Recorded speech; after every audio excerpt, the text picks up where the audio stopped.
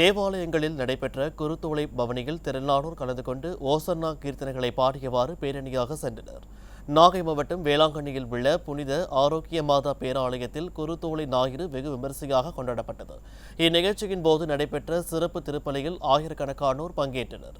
தொடர்ந்து நடைபெற்ற குருத்தோலை பவனியில் திரளானோர் கலந்து கொண்டு குருத்தோலைகளை கையில் ஏந்தியபடி ஓசன்னா கீர்த்தனைகள் பாடியவாறு பவனியாக சென்றனர்.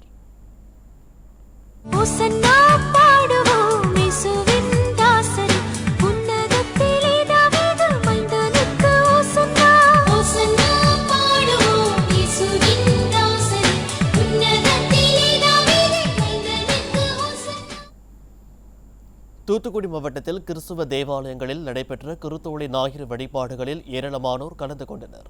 தூத்துக்குடி திரு இருதய ஆலயத்தில் குருத்தோலை ஞாயிறு பவனி வெகு விமரிசையாக நடைபெற்றது.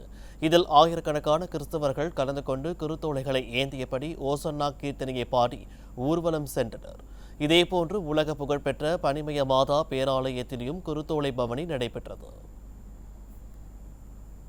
திருவண்ணாமலை மாவட்டம் வந்தவாசியில் உள்ள தூய இருதய ஆண்டவர் ஆலயம் மற்றும் CSI தேவாலயம் இணைந்து குருத்தோலை ஞாயிறு வெகு விமரிசையாக கொண்டாடினர். இந்நிகழ்வில் 300க்கும் மேற்பட்ட கிறிஸ்துவர்கள் கலந்து கொண்டு குருத்தோலைகளை கையில் ஏந்தியபடி கீர்த்தனைகளை பாடி ஊர்வலமாக சென்றனர். இதனையடுத்து நடைபெற்ற திருப்பலியில் கலந்து கொண்ட பக்தர்கள் சிறப்பு வழிபாட்டில் ஈடுபட்டனர்.